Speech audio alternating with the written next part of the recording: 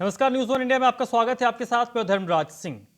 दिल्ली के मुख्यमंत्री अरविंद केजरीवाल ने बुधवार को दिल्ली विधानसभा में बताया कि कैसे रामराज का अनुसरण करते हुए दिल्ली को रामराज के अनुरूप बनाया जा सकता है। सीएम केजरीवाल की इस घोषणा के बाद आम आदमी पार्टी के विधायक सौरभ भारद्वाज ने कहा कि हजारों बुजुर्ग दंपत्ति चाहते हैं कि अयोध्या में दर्शन करें। इसी भावनाओं को ध्यान में रखते हुए सीएम ने यह ऐलान किया है। मैं मानता था कि बीजेपी के कुछ लोग हैं जो राम राज्य को मानते हैं, लेकिन बीजेपी वालों ने इसका विरोध किया। उन्होंने आगे कहा कि मैं आदेश गुप्ता से जानना चाहता हूं कि क्या वे अपने माता पिता को कभी तीर्थ पर लेकर नहीं लेकर गए तो हमें बताएं, हम उन्हें लेकर जाएंगे। हमारे लिए वो माता पिता ही हैं। कांग्रेस नेता ने भी इसका विरोध किया। उनके गांव उनकी विधानसभा के भी हजारों लोग इस तीर्थ यात्रा योजना का लाभ ले चुके हैं। अनाधिकृत कॉलोनी को लेकर लोकसभा में पास हुए बिल पर सौरभ भारद्वाज ने कहा कि अनाधिकृत कॉलोनी को लेकर जो एक्सटेंशन मिलती है, केंद्र की हर सरकार ये करती है। इन्होंने कोई नया काम नहीं किया है। वो हर 2 से 3 साल का एक्सटेंशन इसलिए मिलता है ताकि हर कुछ समय के बाद अनाधिकृत कॉलोनी के लोगों पर तलवार लटकाई जा सके। हमने कहा कि हम रजिस्ट्रेशन के लिए हमेशा तैयार हैं। भगवान श्री राम जी के राम राज्य का अनुसरण करने के लिए कैसे उसको दिल्ली को एक राम राज्य बनाया जा सकता है और क्या 10 सूत्र होंगे उस राम राज्य के। हालांकि मैं ये मानता था कि भाजपा के अंदर कुछ लोग जरूर हैं जो सच में भगवान राम को मानते हैं, और जब मुख्यमंत्री जी ने एक बहुत अच्छी घोषणा की, और ये सच है कि जब से भगवान राम का अयोध्या में मंदिर बनने की बात जो है, सुप्रीम कोर्ट ने उसको भगवान। उत्तराखंड में तीरथ सिंह रावत ने मुख्यमंत्री का कार्यभार संभाल लिया है। वहीं देवभूमि में मंत्रिमंडल का विस्तार और उत्तराखंड सीएम के दिल्ली दौरे के कयासों के बीच न्यूज वन इंडिया ने उत्तराखंड बीजेपी प्रभारी और बीजेपी के राष्ट्रीय महासचिव दुष्यंत कुमार गौतम से खास बातचीत की है। नए सीएम ने कार्यभार संभाल लिया है। हमारे साथ बातचीत करने के लिए दुष्यंत कुमार गौतम जी हैं, उत्तराखंड के बीजेपी के प्रभारी भी हैं और बीजेपी के राष्ट्रीय महासचिव भी हैं। सर, क्या कुछ कहेंगे? सीएम आज से ही फॉर्म में नजर आ रहे हैं, लगातार अभी पहला दिन है उनका, एक के बाद एक फैसले ले रहे हैं और साधु संतों से मुलाकात कर रहे हैं। देखिए, मैं बहुत बहुत धन्यवाद करना चाहता हूँ उत्तराखंड के मुख्यमंत्री, वर्तमान मुख्यमंत्री जी का, जो कल उन्होंने आह्वान किया मुख्यमंत्री की पद लेते ही।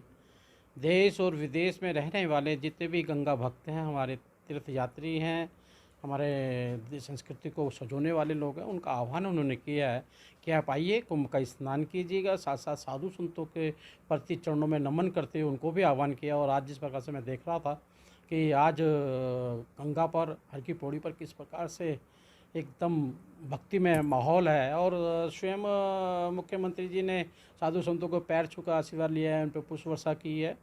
ये हमारी संस्कृति का अंग है, ये संस्कृति के सारे हम जिंदा हैं। विपक्ष कह रहा है कि सीएम बदलने से कुछ नहीं होगा, सरकार तो चली जाएगी। ये सपने देखना दिन में सपने देखने जैसा है। मैं उस विपक्ष से पूछना चाहता हूँ, 4 साल जिसको कहते हैं सरकार चली जाएगी, उसके लिए क्या भ्रष्टाचार का आरोप लगाया? हमने कोई भ्रष्टाचार किया है? हमने सड़कों का निर्माण किया, हमने महिलाओं को बराबर का हक दिया, हमने 1 रुपये में नल और जल देने का बात कही है। हमने गरीबी की रेखा से नीचे वालों को नहीं, पूरे उत्तराखंड को आयुष्मान कार्ड दिया है, वो अपना इलाज कहीं भी करा सकते। विकास की हमने जो नींव रखी है, और अब हमारे वर्तमान के मुख्यमंत्री उस नींव को बिल्डिंग में तब्दील करेंगे। और जहाँ तक त्रिवेंद्र रावत जी की बात है, क्यों हटा दिया, क्यों हटाया नहीं है हमने। भारतीय जनता पार्टी का लगातार विस्तार हो रहा है, क्योंकि पांडिचेरी में कांग्रेस ने खुद ने डुबकी मार ली समुद्र के अंदर, आपने देखा होगा। उनके राष्ट्रीय अध्यक्ष जी मछली पकड़ने गए थे। और जम्मू कश्मीर उनका अभी हम जीत कर आ रहे हैं, वेस्ट बंगाल में हम जीतने वाले हैं, अभी राजस्थान में हम नगर निगम का चुनाव जीते हैं, केरल के अंदर हम चुनाव जीत के आ रहे हैं। लगातार 4 तरफ चुनाव जीते, तो अच्छे कार्यकर्ताओं की जो राष्ट्रीय स्तर का अनुभव रखते हैं, उनको राष्ट्रीय स्तर पर आवश्यकता भी है। मुझे लगता है केंद्रीय नेतृत्व तो उनको कहीं ना कहीं राष्ट्रीय स्तर पर उपयोग करेगा। सर, क्या मंत्रिमंडल का भी विस्तार कुछ होने वाला है? सर, हाँ, होगा, मंत्रिमंडल का विस्तार होगा, पूरे 11 के 11 मंत्री बनेंगे। आपके चर्चा है कि सीएम आज दिल्ली आ सकते हैं, क्या इस चर्चा में सच्चाई है? मुझे मालूम नहीं, सीएम के बारे में मुझे जानकारी नहीं, वो आएंगे या नहीं आएंगे, क्या करेंगे क्या नहीं करेंगे। सर, एक बंगाल से सवाल है। ममता दीदी अभी स्कूटी से कुछ दिनों पहले फिसली थी, अभी नंदीग्राम में उनको चोट लगी है।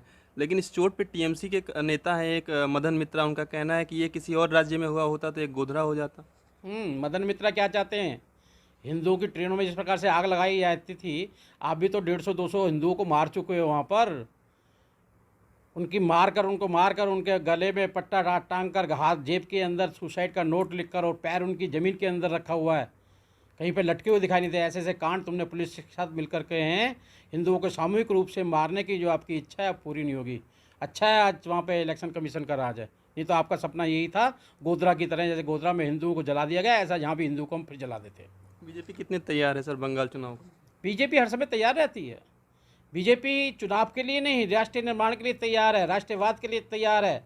पूरे देश के अंदर हम भक्ति भाव से जय श्री राम के साथ में आगे बढ़ने वाले हैं। कितनी सीटें आएंगी सर बीजेपी को बंगाल? मुख्यमंत्री हमारा होगा, 200 से ऊपर ज़्यादा सीटें हम जीतेंगे, और खाली जीतने के लिए ही नहीं जीतेंगे, वहाँ की जनता को सुख शांति अमन चैन प्यार देंगे, विकास की धारा से जोड़ने का काम करेंगे। जी बिल्कुल। तो ये थे हमारे साथ दुष्यंत कुमार गौतम जी, जिनका कहना है कि आने वाले चुनाव में जब जीत होगी तो बीजेपी की होगी बंगाल में, और कहीं ना कहीं हम बेहतर एक सरकार वहाँ पे बना कर देंगे। न्यूज़ ऑन इंडिया के लिए।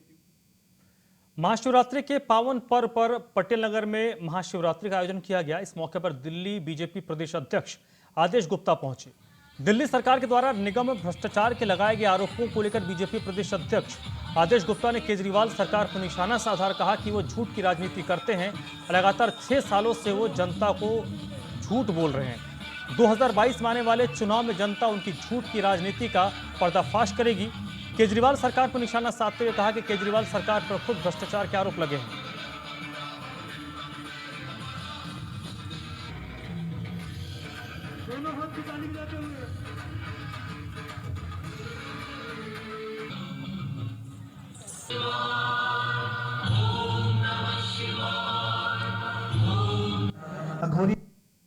भोले बाबा की कृपा आज देश को मिल रही है, और जब हमारे देश के प्रधानमंत्री आदरणीय नरेंद्र मोदी जी भोले बाबा के भगत हैं, और आज पूरा देश और दिल्ली भोले बाबा मय हो रही है।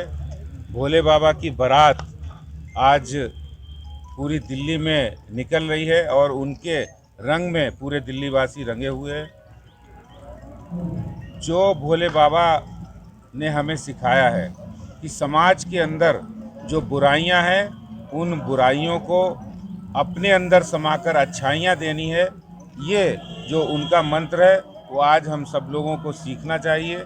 और मैं समझता हूँ हर इंसान, हर व्यक्ति महादेव भोले बाबा ने जो सिखाया है, उनके आशीर्वाद की कृपा, उनके दिखाए हुए रास्ते पर हम लोग चलकर मानवता की सच्ची सेवा कर सकते हैं और कर रहे हैं। आदित्य जी, सबसे बड़ा सवाल ये है कल सौरभ भारद्वाज में लगातार निगम पर भ्रष्टाचार के काफी बड़े आरोप लगाए हैं, इसको लेकर क्या कहेंगे? क्योंकि लगातार निगम के ऊपर बड़े बड़े आरोप लगाते आ रहे हैं कि रानी झांसी रोड फ्लाई हो रही है, उसके अलावा और भी बहुत सारे भ्रष्टाचार के आरोप लगे हैं। देखिए, जिनके दामन में खुद ही इतने दाग हैं और वो उस पर झूठ बोल रहे हैं, उनकी झूठ बोलने की पहले भी आदत है।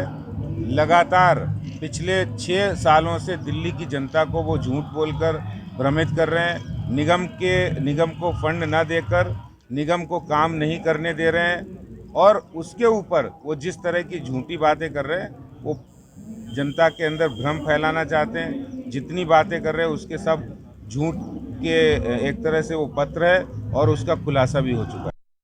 महाशिवरात्रि पर्व की दिल्ली और देश के सभी वासियों को बहुत बहुत बधाई, शुभकामनाएं। आज भोले का दिन है, और भोले भी हैं, भंडारी भी हैं, और शक्ति का स्वरूप भी हैं। जो उनका श्रद्धा से उनका भजन करता है, उनके वो भंडार भर देते हैं, और वो हर हर महादेव है, सबके कष्ट हरते हैं। तो मैं शिव भगवान से यही प्रार्थना करूँगा कि देश, समाज और विश्व के इस समय सारे संकट हरे, और सबको कोविड कोरोना मुक्त हम हो, और देश के माननीय प्रधानमंत्री जी को काम करने की और शक्ति दे। जिस प्रकार से वो देश को आत्मनिर्भर बनाने में लगे हुए, देश और आगे बढ़े। तो सबको महाशिवरात्रि की बहुत बहुत बधाई, शुभकामनाएं। सर, डिलिमिटेशन जो इस बार दोबारा होना है उसके बारे में क्या कहना, कब तक ये प्रोसेस कंप्लीट होगा? देखो, ये तो एक प्रोसेस है, तो जब भी शुरू होगा, और जो भी प्रोसेस सरकारी होता है उसका हम स्वागत करते हैं। जो व्यवस्था बनती है उस व्यवस्था में फिर पार्टी को, राजनीति को और समाज हित में काम करने के लिए आगे। दिल्ली पुलिस के जवान ने बहादुरी की नई मिसाल पेश की है। डिफेंस कॉलोनी इलाके में अपराधी ने बहादुर कांस्टेबल को गोली मार दी। उसके बावजूद बहादुर कांस्टेबल अपराधियों को पकड़ने में कामयाब रहे। फिलहाल घायल कांस्टेबल को एम्स के ट्रॉमा सेंटर में भर्ती कराया गया है, जहां पर उनकी हालत अब स्थिर है। शाम को दिल्ली पुलिस के मुखिया कमिश्नर एसएन श्रीवास्तव बहादुर कांस्टेबल के तबियत जानने के लिए एम्स पहुंचे। आपको बता दें कि डिफेंस कॉलोनी इलाके में अपराधी को पकड़ते वक्त कांस्टेबल नवीन और कांस्टेबल मनीष पर अपराधियों में झड़प हुई, जिसके बाद अपराधियों ने कांस्टेबल नवीन के पैर में गोली मारी। गोली लगने के बाद भी कांस्टेबल नवीन बहादुरी के साथ अपराधियों को अपने चंगुल से भागने नहीं दिया और अपने जवान बहादुर से मिलने के लिए दिल्ली पुलिस के कमिश्नर अस्पताल पहुंचे और कांस्टेबल नवीन और मनीष को उन्होंने शाबाशी दी। नवीन से मैं मिलने आया था और उसके साथ ही जो था इस ऑपरेशन में काम कर रहा था कांस्टेबल मनीष, उससे भी मैं यहाँ मुलाकात हुई। ऐसे ही वीर जवानों की वजह से दिल्ली पुलिस का जो छवि है ऊंची है, वो इन्हीं सब वीर जवानों की वजह से होती है। मुझे बहुत खुशी है, यद्यपि दुख हुआ कि उसको गोली लग गई पैरों में, लेकिन मुझे खुशी है कि इन्होंने अच्छा काम किया और ऐसे ही एक हीनियस क्राइम जो जुर्म हो सकता था उससे इन्होंने बचा लिया, उसको पकड़ भी लिया। ऐसी घटनाओं से सर कहीं ना कहीं परिवार भी थोड़ा दुखी में होता है, सदमे में होता है। आपने उनकी पत्नी से मिला, फैमिली से मिला, क्या था? जैसा कांस्टेबल नवीन बहादुर था उसी प्रकार से उनकी पत्नी वो भी बहादुर रही और उनके चेहरे पे कोई शिकन नहीं था और वो बिल्कुल बहादुरी से इस चीज़ को सामना कर रही हैं। सुबह लगभग 7:45 बजे के आसपास कांस्टेबल नवीन पुलिस स्टेशन डिफेंस कॉलोनी में कार्यरत हैं। तो ये यहाँ स्नैचर्स की, रॉबर्स की पड़ताल और ऐसे सस्पिशियस लुकिंग पर्सन्स की ढूंढाई के लिए सुबह कार्यरत थे। तो ये सुबह इन्होंने जस्ट अपनी ड्यूटी शुरू ही करी थी, तब इन्होंने देखा कि एक बिना नंबर की काले रंग की मोटरसाइकिल जिस पे 2 शक्की दिखने वाले युवक सवार हैं और ये कांस्टेबल नवीन को देखकर इन्होंने दिशा बदली और ये डिफेंस कॉलोनी में ये अंदर से बाहर बीआरटी की तरफ इन्होंने बाइक अपनी बढ़ा दी।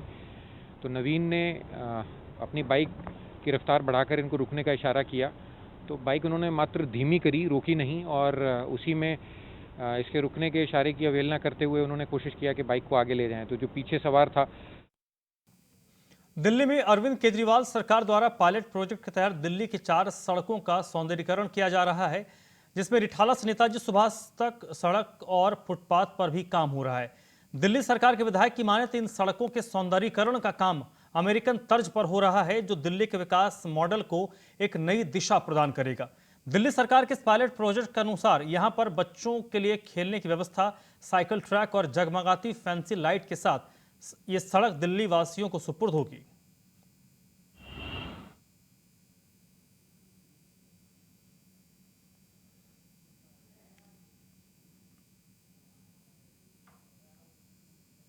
पूर्वी दिल्ली निगम स्टैंडिंग कमेटी की मीटिंग में आम आदमी पार्टी की पार्षद गीता रावत ने गंभीर आरोप लगाते हुए अधिकारियों पर सवाल खड़े किए और कहा कि भ्रष्ट अधिकारियों को अच्छे पद दिए जा रहे हैं और ईमानदार अधिकारियों को सस्पेंड किया जा रहा है। सभी निगम पार्षदों ने निगम हाउस में नए कमिश्नर के सामने प्रस्ताव रखे जो भी भ्रष्ट अधिकारी है उनको हटाया जाए और जिन ईमानदार अधिकारियों को हटाया गया है उन्हें ड्यूटी पर वापस भेजा जाए। स्टैंडिंग कमेटी के चेयरमैन ने कहा कि कमिश्नर के सामने सभी मामले रखे गए। कमिश्नर ने आश्वासन दिया कि जांच के बाद जो भी दोषी पाया जाएगा उस अधिकारी को तत्काल सस्पेंड किया जाएगा और जो निर्दोष है उनको ड्यूटी पर भेजा जाएगा। ये है कि कई लोग जो हमारे वार्ड की जनता है बहुत परेशान है, जिनके 3-3, 4-4 मंजिल मकान हैं। एमसीडी का जो जे बिल्डिंग का जेई है या एई एक्शन जो भी हम नहीं जानते कौन है, बट ये इन लोगों के मकान बुक कर देता है, जिसकी वजह से अगर वो बीएसएस पे जाते हैं तो बीएसएस कहता है आपके यहाँ मीटर नहीं लग सकते। क्यों? क्योंकि आपका मकान बुकड है। जबकि वार्ड में जो बिल्डरों के मकान बन रहे हैं, जो बिल्डर लॉबी काम कर रही है, उनके सबके मीटर लग रहे हैं। तो कहीं ना कहीं ये एमसीडी की मिली भगत है। क्यों? क्योंकि बिल्डर मोटा पैसा दे रहे हैं एमसीडी को, तो इसलिए एमसीडी उनके मकान बुक नहीं करती है, उनके फ्लैट बुक नहीं करती। और अगर बुक भी करती है तो वो तब बुक होंगे जब बिल्डर वो मकान किसी को बेच देगा, जब कोई वहाँ पे रहेगा, तब जाके वो कार्रवाई होगी। तो आज मैंने सदन में यही बात रखी कि अगर कार्रवाई हो तो बनते हुए कार्रवाई हो, क्यों नहीं बनते हुए कार्रवाई करी जा रही है और उनके मीटर लग रहे हैं जबकि गरीब जनता। दिल्ली पुलिस की साइबर सेल ने एक ऐसे फेक कॉल सेंटर का भंडाफोड़ किया है जिसके कारिंदे बेरोजगार युवाओं को कॉल करके उन्हें देश विदेश में बढ़िया सैलरी वाली नौकरी दिलाने का झांसा दिया करते थे और उनसे रजिस्ट्रेशन समेत कई औपचारिकताओं के नाम पर मोटी रकम वसूलते थे। पुलिस के साइबर सेल ने दिल्ली के जनकपुरी इलाके में छापेमारी कर एक फर्जी कॉल सेंटर की हकीकत उजागर कर दी। पुलिस ने मौके से 7 लोगों को गिरफ्तार किया, जिनमें 3 महिलाएं भी शामिल हैं।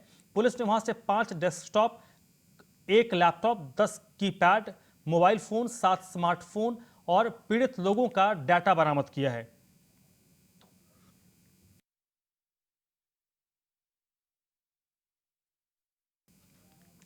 दिल्ली नगर निगम के कमिश्नर संजय गोयल रानी झांसी रोड के पास नेकी की दीवार का उद्घाटन किया।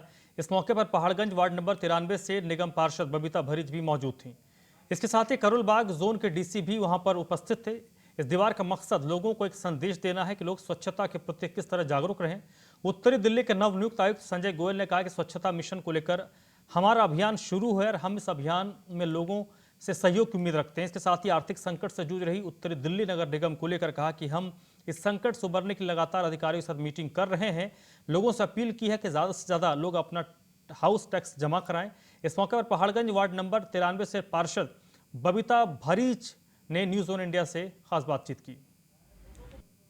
पचकुइयाँ रोड शमशान भूमि के बगल में स्वच्छता अभियान को लेकर के आपको हम दिखाते हैं। जिस तरीके से यहाँ पे देखिए बॉल टेनिस का जो आयोजन किया गया उसको लेकर के दिल्ली नॉर्थ एमसीडी के कमिश्नर संजय गोयल और हमारे साथ वार्ड नंबर 93 की जो निगम पार्षद हैं मैडम बबीता जी, इनसे हम बात करेंगे। मैडम, जिस तरीके से आप देखा जा रहा है साफ़ सफाई की अगर बात की जाए तो जो आप लोगों ने स्वच्छता अभियान को लेकर के ये शमशान भूमि के बगल में बनाया गया है, जिस तरीके से साफ़ सफाई देखते हैं, क्या कहेंगे इस पर, क्या संदेश देंगे लोग? स्वच्छता अभियान के तहत काफ़ी अभियान हमने चलाए भी हैं और चलते भी आ रहे हैं और चलते भी रहेंगे।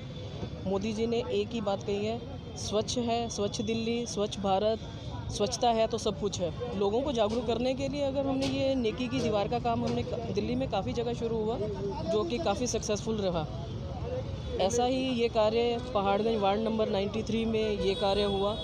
एक लोगों को सिर्फ मैसेज देने के लिए कि स्वच्छता को देखते हुए यहाँ पर जैसे लोग टॉयलेट को यूज़, सामने टॉयलेट है वो यूज़ ना करके ये दीवार को यूज़ करते थे, तो एक तो वो चीज़ ख़त्म हो जाएगी। ये भी तो स्वच्छता के तहत आती है। लोगों को भी जागरूक होना पड़ेगा इस चीज़ के लिए। लोगों को भी समझना पड़ेगा कि अगर स्वच्छता रखेंगे तो बीमारियाँ कम फैलेंगी।